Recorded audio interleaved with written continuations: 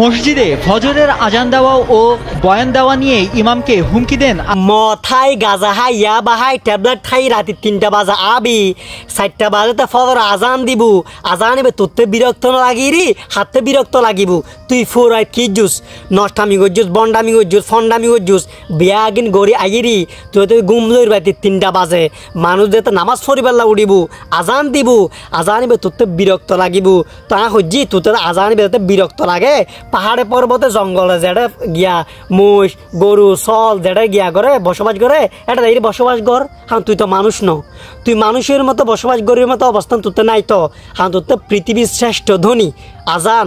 যেই ধনী বে তোর তো হানো বাজম্বা তোর তো বিরক্ত লাগে তার মানে তুই কি পুরুষ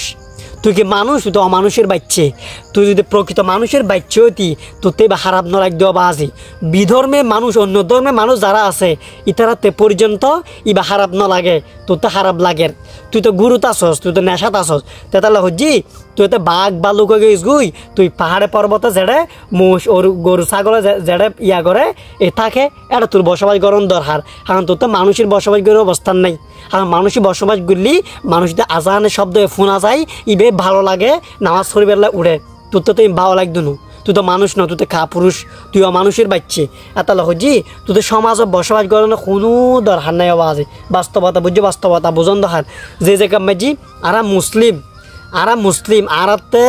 এই পাশাপাশি গ্রামের পাশাপাশি অন্য ধর্মের সাউন্ডও আই ঠিক আছে না আরা তুই নিজে বিরক্ত ফিল নগরীর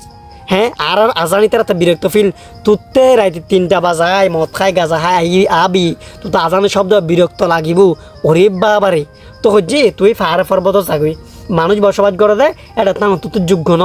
এটা তাকিয়ে তুই তো আজানের শব্দ ফোন পরে বাজি ভালো থাকিবে ধন্যবাদ।